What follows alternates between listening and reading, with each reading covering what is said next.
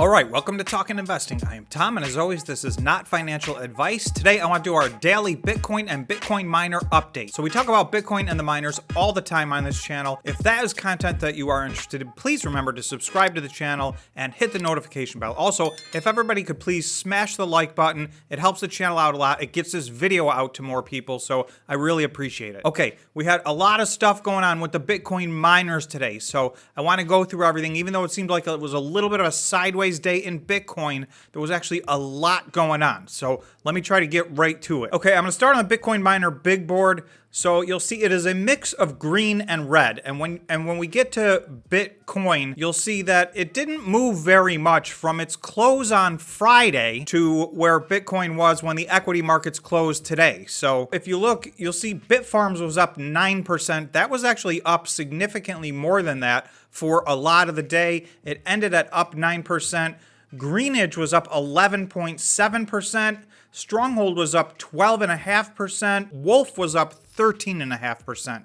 So a few of those had been laggers and they had big days. Whereas some of the big companies, actually the three biggest market cap, which is Riot, Marathon, and Core Scientific, not in that order, but Riot was down 1.7, Marathon was down 3.2. They are the biggest market cap company of all the publicly traded Bitcoin mining companies on the NASDAQ. And then Core Scientific is the third biggest, and they were down over 8% on the day today. So you can see we had some companies up 13% while others were down 8%. Just taking a quick look at where the equity markets finished, the S&P was up 0.4, the Dow was up 0.45, the NASDAQ was up 0.62, so that is the one that it seems like we've been following, although I think that's coming to an end. And then the Russell 2000 was up 0.2. So it was an up day in the equity markets. Okay, I want to go through a chart I put together that will just help visualize today's activity a little bit, because this was a really broad spectrum of activity. So on this chart, you're going to see along the bottom, you'll see the name of each company. And here in yellow, you're going to see this is what Bitcoin did on the day. So if that's hard to read, that's 0.8%. You had Wolf up 13.5%, Stronghold up 12.5%, Greenidge up 11.8%. Now, Wolf and Greenidge were lagging behind a little bit, so those two played some catch up today. Stronghold has been on the move big time, and Bitfarms has been on the move lately. But you'll see, if you're looking to dollar cost average into things, and again, this is not financial advice, please do your own due diligence. You can see from Moss and on down, all the rest of these Bitcoin miners were basically even or negative on the day, and Core Scientific was extremely negative on the day. So I didn't see any news on that. I don't know why that had such a down day. It has had a very nice run lately. Lately we've been talking about are all miners created equal, and they are not trading equally anymore. On the way down, I think for the most part, we went through an 8-month period that was so extremely bearish that they all traded very similarly, which was basically down in a straight line. But now they're starting to differentiate themselves from each other. So if we look at all the companies on this chart, again, this is from July 1st to August 15th. So that is a month and a half. That's about 45-day window. You're going to see that Marathon is still leading up 231%. Even though they didn't have a great day today, they're still the leader altogether. HUT is up 168% in that same time. These are gigantic moves. I want to point out the ones that are over 100%, because that means in 45 days, these stocks more than doubled. Now, I do want to reiterate, at the same time, all of these stocks are down 75 to 85% from their November highs, even after these gigantic moves to the upside. So, just to keep it in perspective, even with these big moves, these are still much closer to their 52-week lows than they are to their 52-week highs. So Hive is up 143%. Riot is up 133% over the last 45 days. Stronghold is up 117%. Core Scientific is up 107%. And then we get under 100. Bitfarms is up 95%. So that's just under a double. A lot of the rest of these are still very strong moves. Just in comparison, they're much less than these leaders. And we still have one, Mawson, that over this 45 days is still down 9%. Okay, so this is a Bitcoin chart on the 15-minute time frame. So you can see this is where we closed on Friday. So Bitcoin was at around around $24,185 when the equity markets closed in the US on Friday. So we had some nice run-ups over the weekend. We had 3 peaks. We got up to around 24,900. Then late overnight, Saturday to Sunday, we got up to around $25,100. And then late Sunday night, we got up to this purple line, which is at $25,214. So that is a new high for this relief rally. You'll see I have just above that a blue line at 25,366. That blue line has been my price target for this relief rally over the last 6 weeks. So we've been talking about that for 6 weeks.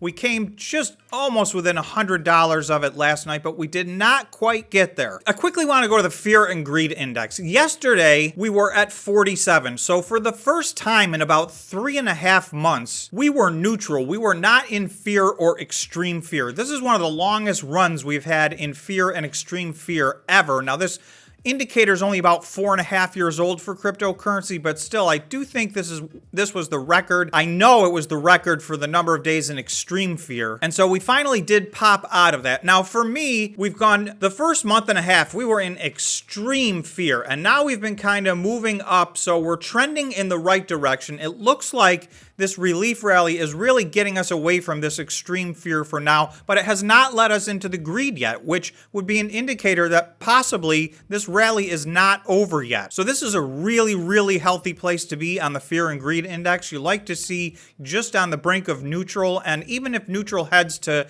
just the beginning of greed, those are still good places. Okay, this is the 4-hour time frame. I'm going to start a little bit zoomed out because I want to show you that we hit bottom back here. This was on June 18th. You'll see this green line at around 17,600-ish. So that was the low for this cycle. So you'll see we're in a very nice, reliable upward trading pattern for the better part of a month. Then on July 30th, so that was not yet 2 weeks ago, we hit this green line here, which was 24,679. So that was a new high at that point for this relief rally. Right now, this relief rally is still in formation and it's still headed in the right direction. But if you look at the 4-hour RSI, you'll see things are getting a little bit more dicey. This first month of the trade was very obvious. Now we're going a little more sideways than we are up. So again, I'll show this. I kind of show this every day, so I don't want to spend a lot of time on it. But 1, 2, 3, these arrows are identical. This last time we did not get back down to oversold. We stayed here bouncing around in the middle. We did once get up and test overbought territory. So we're starting to set lower highs on the 4-hour RSI. That's the pattern that's developing over the last 4 or 5 days. So we will see if that will continue. That would be another indicator that this rally is not over, but it is losing steam. So that has kind of been the theme for the last 5 or 6 days. We do keep hitting higher highs, and we did hit a new one yesterday, but it does keep looking like the rally is running out of steam, and it may soon come to an end if something doesn't change. Okay, I want to zoom in a little bit on the 4-hour because I do have a much shorter pattern that I'm thinking of trading here. You'll see we've been trading up and down for the last 5 or 6 days in between this channel pretty reliably.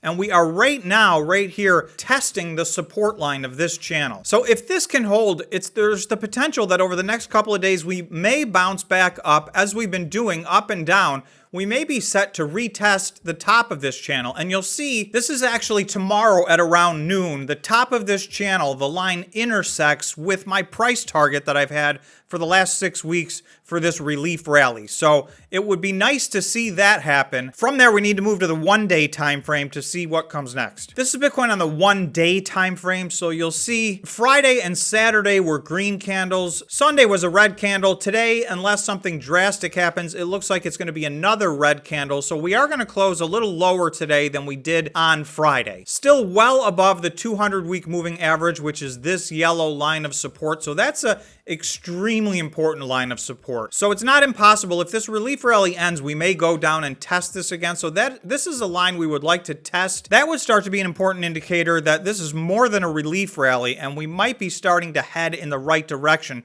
on a longer term basis. So none of that is confirmed yet at this point. It's too early to call. Okay, last thing to look at. We've been looking at the RSI on the daily time frame. So it has been stuck. This was back on July 19th. So that's getting close to 1 month now.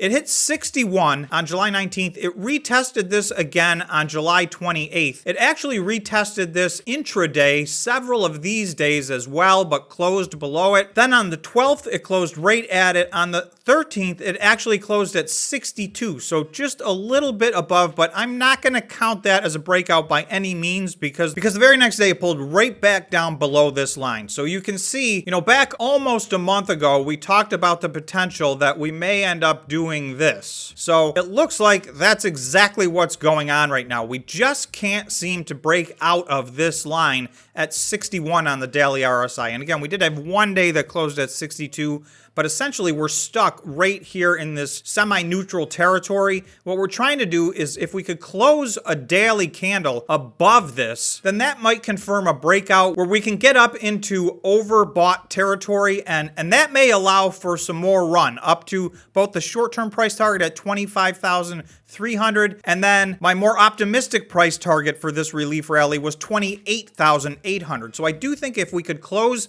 a daily candle above this, well above this, not at 62, but at 65, and then start to see a trend, I think we could work our way up to potentially 28,800. So that's my optimistic scenario. On the other hand, everything does seem to be indicating that we're certainly slowing down and we may be running out of steam. So that's what I got for you today on Bitcoin and the Bitcoin miners. Thanks so much for watching. Remember to subscribe to the channel and smash the like button. Thanks again, and we'll see you in the next video.